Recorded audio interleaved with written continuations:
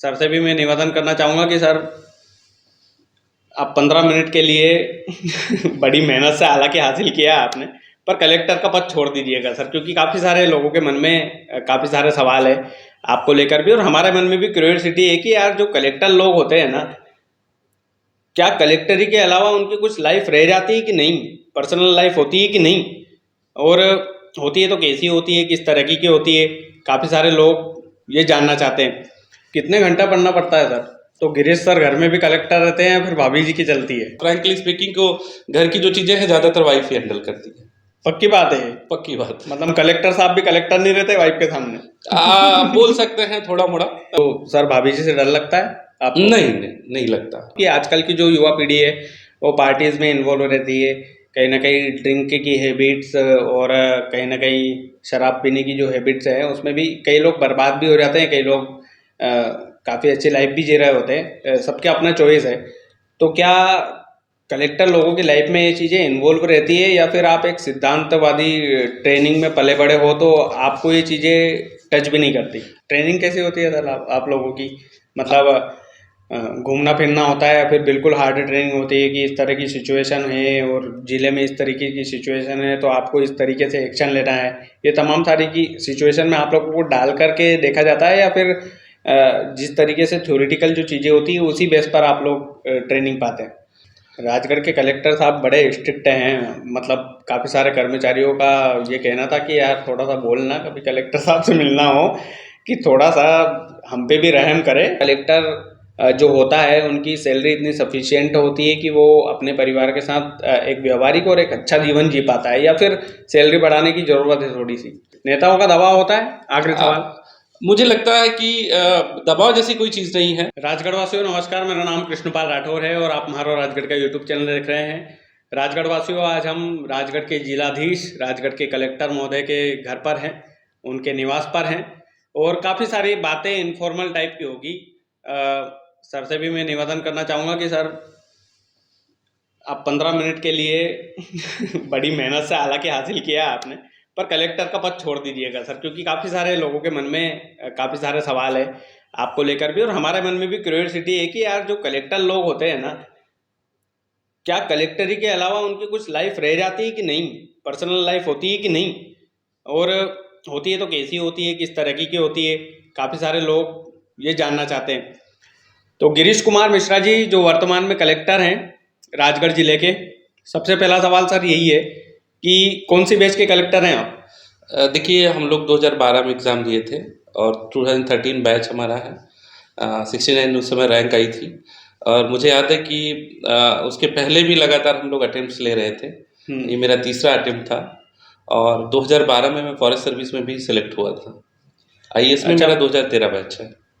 अच्छा, मतलब आईएएस की एग्ज़ाम आपने 2013 में, मतलब तैयारियां तो काफ़ी समय से चल रही होगी। मुझे याद है कि हम लोग ग्रेजुएशन कर रहे थे तो जनरली यूपीएससी के बारे में हम लोग जान पाए, और उस समय मैं एमएससी की जूलॉजी की किताबें, तब 2 सब्जेक्ट हुआ करते थे यूपीएससी में। तो 2008-9 में हम लोगों ने बुक्स खरीदी, एमएससी की, बीएससी की जूलॉजी की, और एक मेरा वेटनरी खुद का जिससे मैं ग्रेजुएशन कर रहा था वो मेरा सब्जेक्ट था, एक जूलॉजी सब्जेक्ट था। तो एक बेस के लिए 2-3 साल पढ़े थे इनफॉर्मली टाइप का। लेकिन जब हम लोग पोस्ट ग्रेजुएशन करने लगे 2010 में, IVRI से, Indian veterinary research institute Bareilly में है, तब वहाँ से हम लोगों ने सीरियस तैयारी स्टार्ट की। तब हम लोग यूपीएससी की तैयारी करने वाले सीनियर्स के संपर्क में आए। हम लोग को आइडिया लगा कि किस तरह से तैयारी करनी है, तो धीरे धीरे फिर 2010 से हमारा सिलसिला शुरू हुआ। तो 2013 में मुझे फाइनल जो है तीसरे अटेम्प्ट में मुझे सफलता मिली। कितने घंटा पढ़ना पड़ता है सर? सामान्यतः एक कंसिस्टेंसी जरूरी है यूपीएससी एस्पिरेंट के लिए। मेरा मानना है कि 11-12 घंटे तैयारी अगर आप रेगुलर पढ़ रहे हैं और बीच में ब्रेक्स नहीं है, और ये भी जरूरी है कि थोड़ा सोशल लाइफ कम रहे। आजकल एक बड़ा चैलेंज है नेटवर्किंग साइट्स, मोबाइल और जो दुनिया भर की चीज़ें आ गई हैं, तो बच्चे ज़्यादातर ऑडियो विजुअल मोड में तैयारी करते हैं, और हम लोग ट्रेडिशनल पैटर्न से तैयारी किए। तो मुझे लगता है कि 12-13 घंटे पर्याप्त समय रहता है तैयारी का। मतलब सर मोबाइल तो एक बड़ा चैलेंज हो गया आजकल, क्योंकि कहीं ना कहीं डिस्ट्रैक्टिव भी हो जाता है लाइफ से आज का युवा। कहीं ना कहीं ये है कि हर चीज़ें सोशल मीडिया पर, क्लास लग रही सोशल मीडिया पर, आप क्लास को देखो तो हर आदमी ये है कि ऑनलाइन पढ़ लेते हैं, ऑनलाइन पढ़ लेते हैं। तो ऑनलाइन पढ़ने में ऑफलाइन पढ़ने में कहीं ना कहीं कुछ डिफरेंस होता है इसमें? देखिए एक दोनों में बैलेंस बहुत ज़रूरी है। आजकल जो ऑनलाइन कंटेंट्स आ गए हैं, निश्चित तौर पे हर तरह के कंटेंट ऑनलाइन अवेलेबल है। लेकिन वो जो एक हैबिट होती है जो आप मेंस में लिखते हो, वो कहीं न कहीं ऑडियो विजुअल मोड में या आप ऑनलाइन क्लासेस करते हो, तो वो कहीं न कहीं पीछे छूट जाती है। तो मेरा मानना है कि अगर आप ऑनलाइन क्लासेस भी कर रहे हैं और अपने खुद के नोट्स रेगुलरली बना रहे हैं, माइक्रो नोट्स बना रहे हैं, तो मुझे लग रहा है वो भी सफिशिएंट है। पर आपको एक बैलेंस करना पड़ेगा। रेगुलर ऑफलाइन लिखने की हैबिट्स और नोट्स बनाने की हैबिट्स आपको कंसिस्टेंटली करनी पड़ेगी। वो पक्की है। हैंड वो राइटिंग मस्ट रहती है इसमें सर? हैंड राइटिंग का भी कुछ फर्क पड़ता है या फिर देखिए नॉलेज का? बहुत ज़्यादा फ़र्क नहीं पड़ता। प्रेज़ेंटेशन एक ज़रूर रहता है कि आप आंसर राइटिंग किस तरह से लिख रहे हैं, उस पे मार्क्स ज़रूर रहेगा। लेकिन हैंड राइटिंग आपकी एवरेज भी है, तब भी आपको कंटेंट पे मार्क्स मिल जाते हैं। मतलब ऐसा नहीं रहता है कि हैंड राइटिंग इसकी बहुत अच्छी है, बहुत बढ़िया है? नहीं वो वैसा कुछ नहीं। मेरा मानना है कि अगर एवरेज हैंड राइटिंग है तब भी मार्क्स मिलते हैं। हम लोग की भी हैंड राइटिंग बहुत अच्छी नहीं है, बट इट्स गुड कि रीडेबल है, आप पढ़ सकते हैं और बहुत ज़्यादा प्रेजेंटेशन नहीं है, तो मुझे लगता है कि एक एवरेज हैंड राइटिंग है तो भी मार्क्स आ जाते हैं। अच्छा सर, पर्सनल लाइफ आप लोगों की होती कैसी है मतलब? रूटीन लाइफ में जनरली हम लोग संडेज हमारा फ्री रहता है, तो बच्चों को कुछ पढ़ाना हुआ, समझाना हुआ, और अदरवाइज हम लोग जनरली आप देखेंगे कि 10 सवा 10 से ऑफिस निकल जाते हैं और 7:30-8 तक रहते हैं। कई बार शाम को भी, रात को भी कॉल्स आते हैं। तो मेरा मानना है कि दोनों चीज़ें साथ-साथ चलती हैं। पर्सनल लाइफ और प्रोफेशनल लाइफ एक बैलेंस ज़रूरी है और दोनों साथ-साथ हो भी जाता है। तो गिरीश सर घर में भी कलेक्टर रहते हैं या फिर भाभी जी की चलती है? नहीं, अमूमन बच्चों के मामले में तो ज़्यादा डिसीजंस मैं ही लेता हूँ। घर की सारी चीज़ें वाइफ ही देखती हैं। मतलब क्या बन रहा है, क्या नहीं बन रहा है, या आप उसमें इंटरफेयर करते हैं कभी कई बार अपना ओपिनियन हम लोग बता देते हैं, और फ्रैंकली स्पीकिंग को घर की जो चीज़ें हैं ज़्यादातर वाइफ ही हैंडल करती है। पक्की बात है? पक्की बात। मतलब कलेक्टर साहब भी कलेक्टर नहीं रहते वाइफ के सामने? बोल सकते हैं थोड़ा मोड़ा। ज़्यादातर और उतना हम लोग इन्वॉल्व भी नहीं होते ज़्यादा।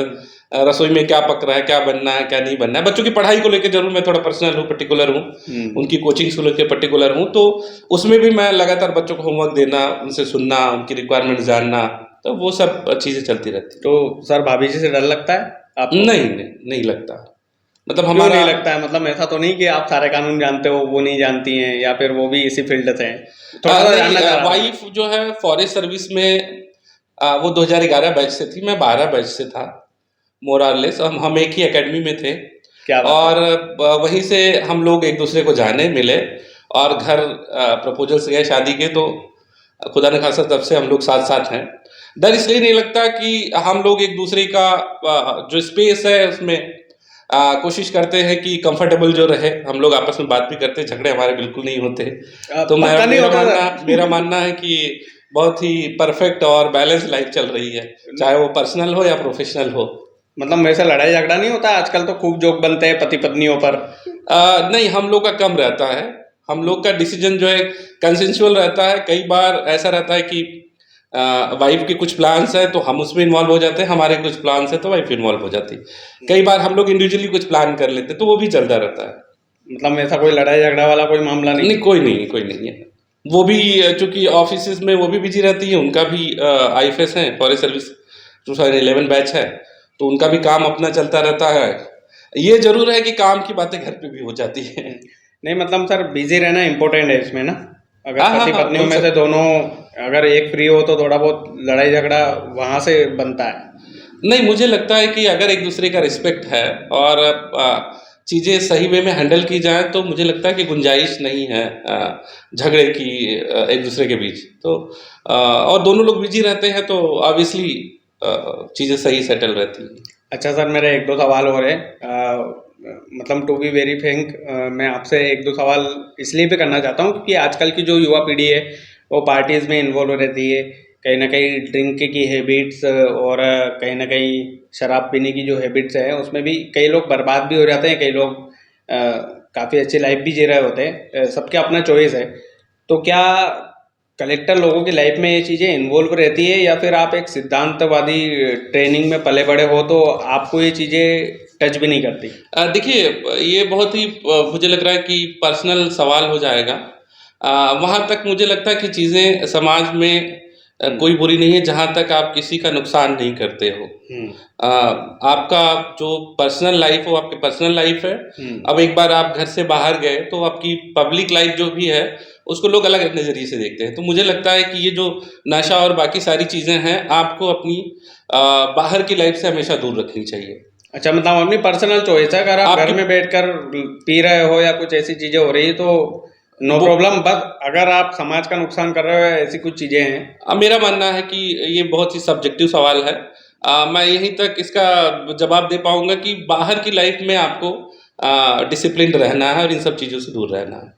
सर, कलेक्टर लोगों की लाइफ में क्या होता है इस वाले मामले में? नहीं, जनरली इट्स सब्जेक्टिव, जैसा मैंने कहा कि कुछ लोग ड्रिंक करना पसंद करते, कुछ लोग नहीं करते।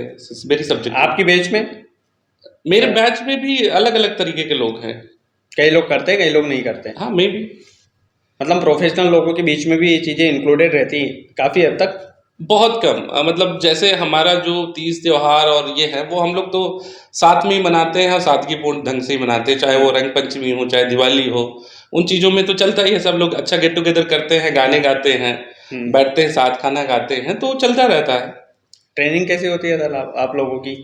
मतलब घूमना फिरना होता है या फिर बिल्कुल हार्ड ट्रेनिंग होती है कि इस तरह की सिचुएशन है और जिले में इस तरीके की सिचुएशन है तो आपको इस तरीके से एक्शन लेना है, ये तमाम सारी की सिचुएशन में आप लोगों को डाल करके देखा जाता है, या फिर जिस तरीके से थ्योरेटिकल जो चीज़ें होती है उसी बेस पर आप लोग ट्रेनिंग पाते हैं? देखिए, मेरा मानना है कि बहुत ही बैलेंस ट्रेनिंग होती है, चाहे फॉरेस्ट सर्विस की हो या आईएएस की हो।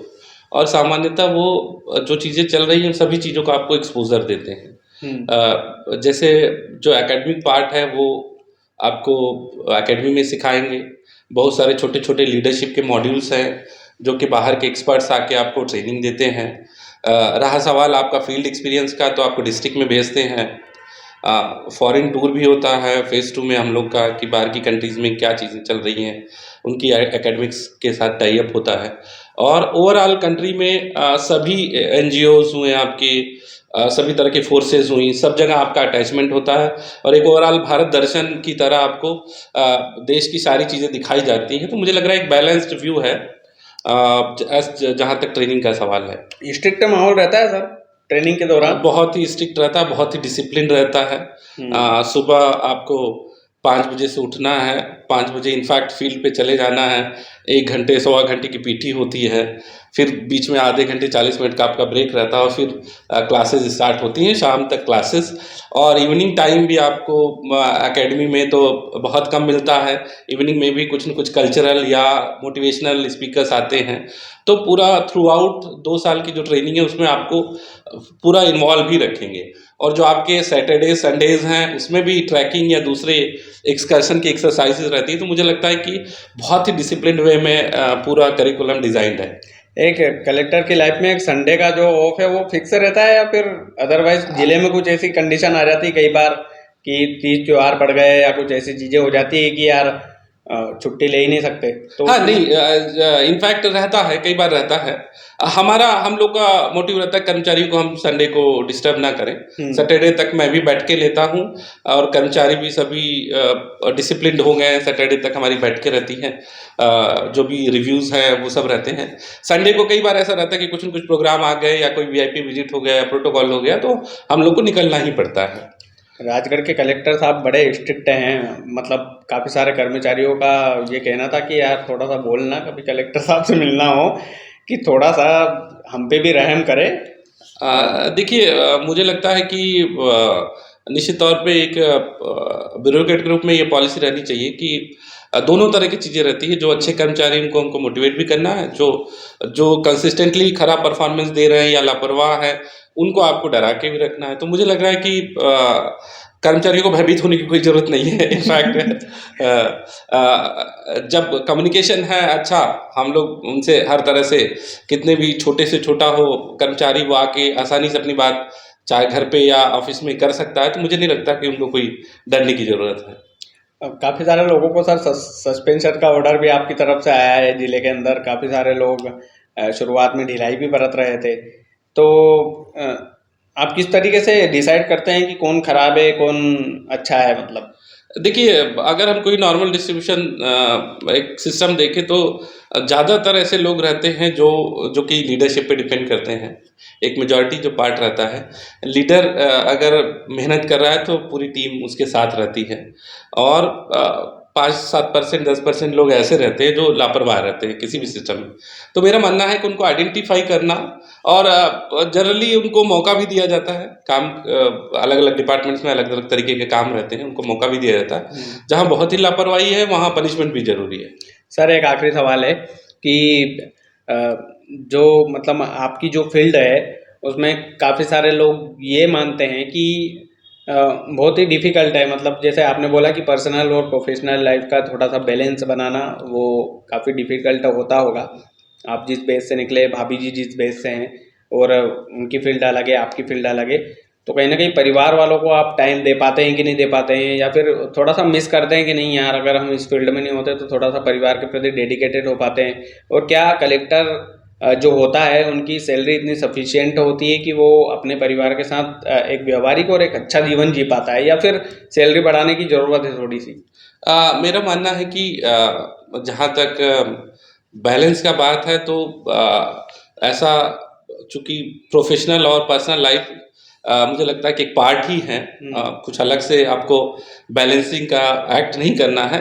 लेकिन ये ज़रूर है कि जैसे हम लोग गाँव से हैं तो गाँव रेगुलर जाना कई बार उतना छुट्टियाँ नहीं मिल पाती, पर रेगुलरली हम लोग कनेक्ट रहते हैं, चाहे फ़ील्ड से हो, गाँव से हो। और सैलरी का तो मुझे लग रहा है कि कंफर्टेबल है, चूँकि हम लोग को हैंडसम सैलरी मिलती है, तो मुझे लगता है कोई दिक्कत एज़ सच नहीं है। सैलरी सफिशिएंट है। तो ये लाव लश्कर वगैरह जो है, जैसे गाड़ियाँ वगैरह, गाड़ियों का खर्चा या पर्सनल लाइफ का खर्चा, ये सब सरकार की तरफ से होता है?